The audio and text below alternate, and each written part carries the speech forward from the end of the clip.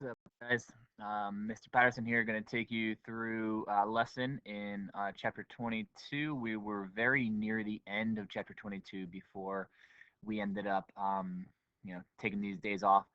And now we're going to go through, and I'm going to go through sometimes one lesson, sometimes two lessons per day.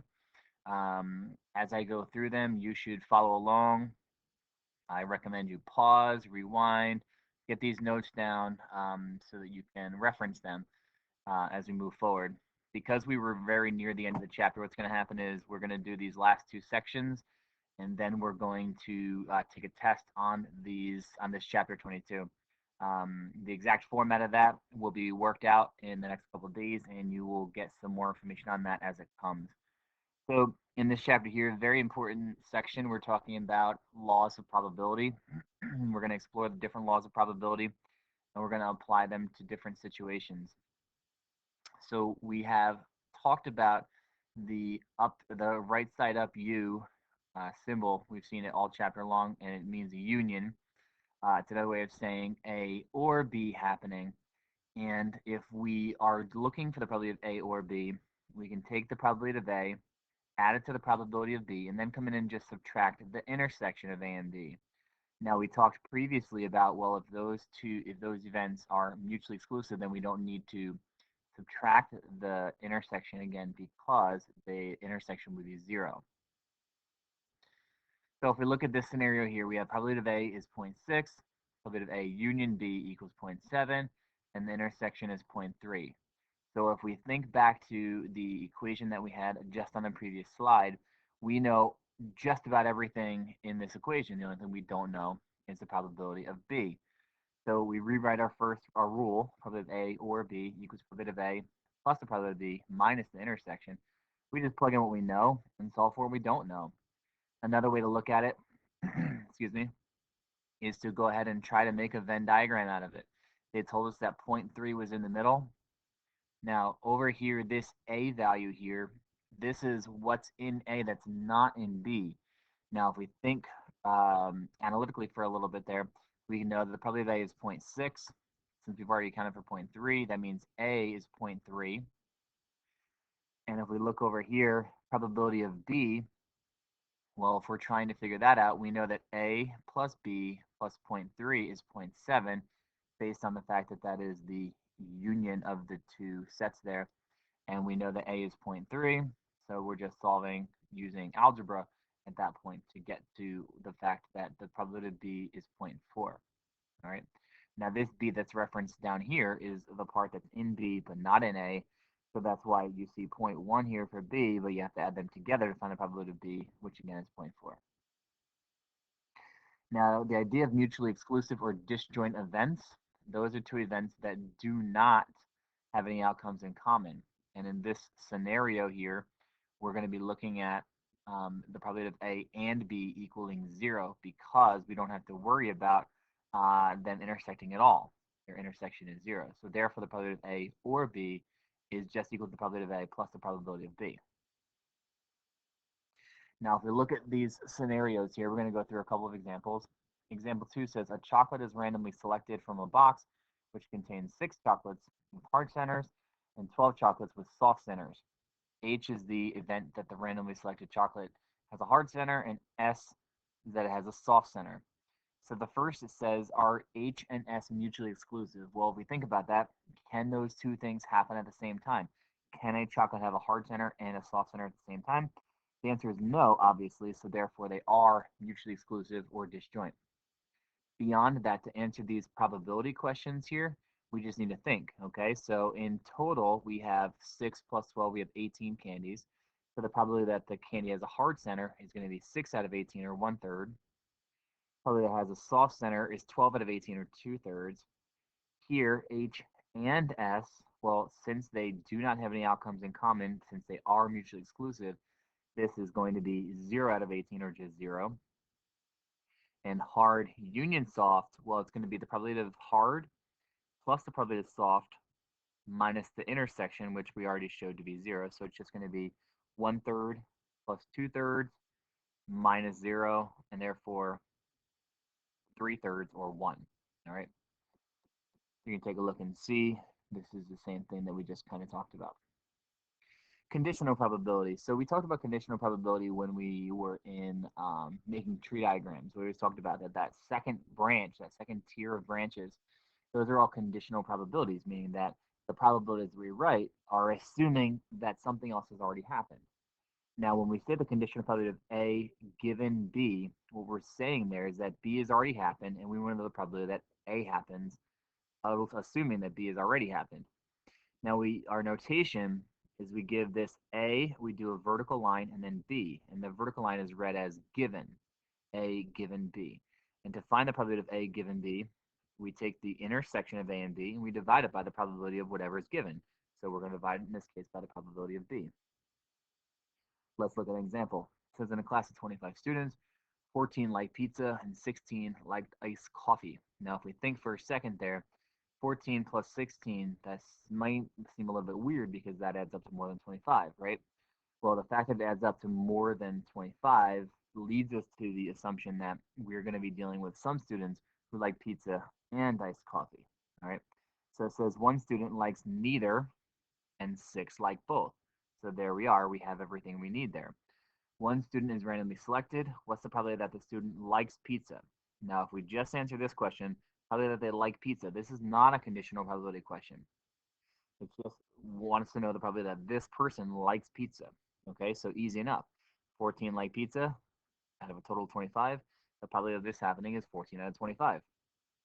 But if we read question B, it says probability that they like pizza given that he or she likes iced coffee.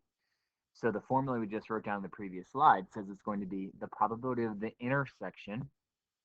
The intersection in this case is those who like pizza and like iced coffee. Well, that was given to us. That's 6 people. So the numerator is going to be 6 out of 25. And the denominator is going to be the probability of the given. In this case, the given is that they like iced coffee, and 16 people like iced coffee. So the denominator is going to be 16 out of 25. So once again, numerator 6 out of 25, denominator 16 out of 25, and the denominators cancel, and that's how we end up getting 6 out of 16 for the probability of pizza given iced coffee. And it's important that you get used to using the notation that you see here, probability of pizza, vertical line, again, read as given, iced coffee. Now, a lot of times it'll help you if you make these Venn diagrams to help you understand exactly what's happening. And we can see that a little bit more clearly again.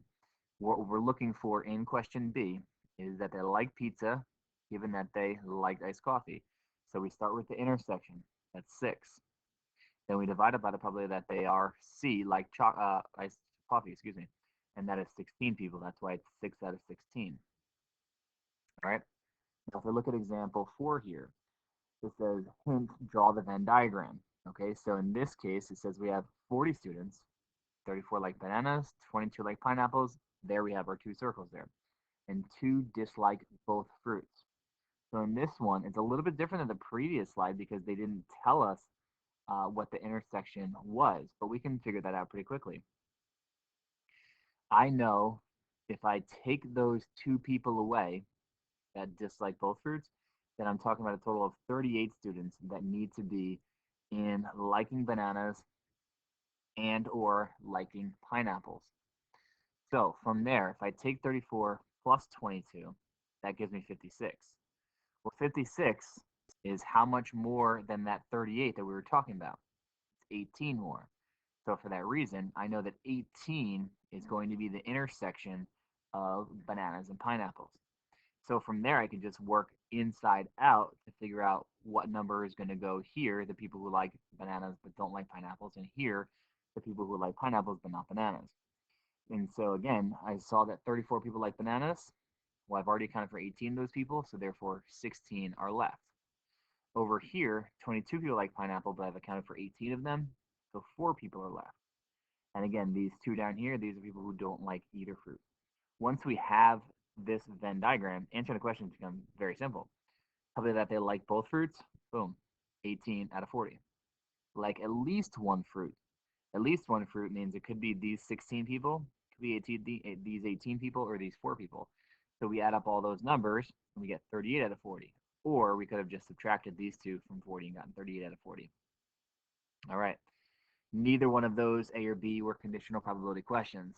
Now we're going to get to questions C and D, which are conditional probability. Now I know it's a dead giveaway because the word given is there, but sometimes the word given isn't there, and you have to read just a little bit more carefully to figure out that it is a conditional probability question.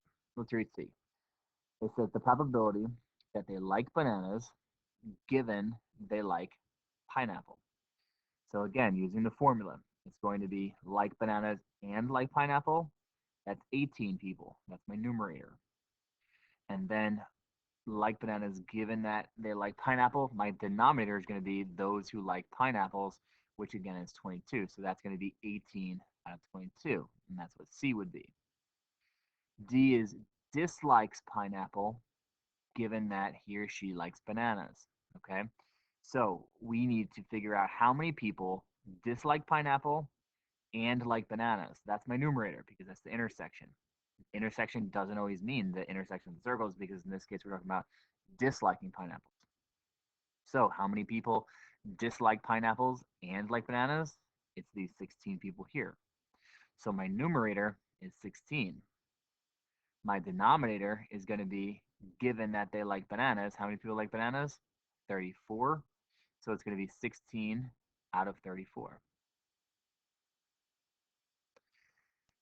At example 5 here, okay? So in this case, it says give us a tree diagram. Now, these hints aren't always going to be there. So the question is, how do we know whether we should, as an example 3 and 4, how do we know that we should make a Venn diagram? Or how do we know, as we see in example 5 here, that we should make a tree diagram? The general rule of thumb is if you're given a scenario where you're given a conditional probability, then you need to make the tree diagram. If instead you're just given probabilities of A, probability of B, maybe the intersection of them, that's when the Venn diagram becomes easier to work with. Let's go through this scenario. It says the top shelf in a cupboard contains 3 cans of pumpkin soup. Did I say pumpkin soup? Pumpkin soup. And 2 cans of chicken soup. The bottom shelf contains 4 cans of pumpkin soup and 1 can of chicken soup. Lucas is twice as likely to take a can from the bottom shelf as he is from the top shelf. Suppose Lucas takes 1 can of soup without looking at the label, determine the probability of that, and we go from there. So the general idea is that these probabilities that we can make from looking at the first paragraph or the first 2 sentences here, those are conditioned based on which shelf is selected. Now, if we're trying to figure out how to make this tree diagram, we think, well, what happens first? Well, Lucas is going to pick a shelf first, and then he's going to pick a can of soup. So that's why we're going to go shelf first, top and bottom, and then we're going to go soup, pumpkin, chicken. I know that's kind of cut off with my thing there at the bottom, but you can kind of see it now. So he's twice as likely to take a can from the bottom shelf. So therefore, 2/3 is the probability of going to the bottom shelf, and 1/3 is the probability of going to the top shelf. And then from there, we can just write out the probabilities as we were given in the first 2 sentences there. 3/5 pumpkin, 2/5 chicken. That's from the bottom shelf. Sorry, from the top shelf. And then the bottom shelf is 4/5 pumpkin, 1/5 chicken. All right. Then it says the probability that it is chicken. Okay. So what we're going to do there is we're going to take the probability of top shelf and chicken, and we're going to add that to the probability of bottom shelf and chicken. Top shelf and chicken is 1/3 times 2/5. Make sure you can follow along on the tree diagram, the fact that that happens there. And then that 2/3 times 1/5, that's going to be the probability of getting the bottom shelf with the chicken. All right. So if we multiply and then add, we end up getting 4/15. Now let's look at question B. Was taken from the top shelf given that it is chicken. Okay. So in this scenario, it's still a conditional probability question. So we're still going to talk about the intersection first. Intersection is going to be top shelf and chicken. We already know that. That's 1/3 times 2/5, or 2/15. And the denominator is the probability that it is chicken. Well, that was the answer to question A. So we already know the bottom too.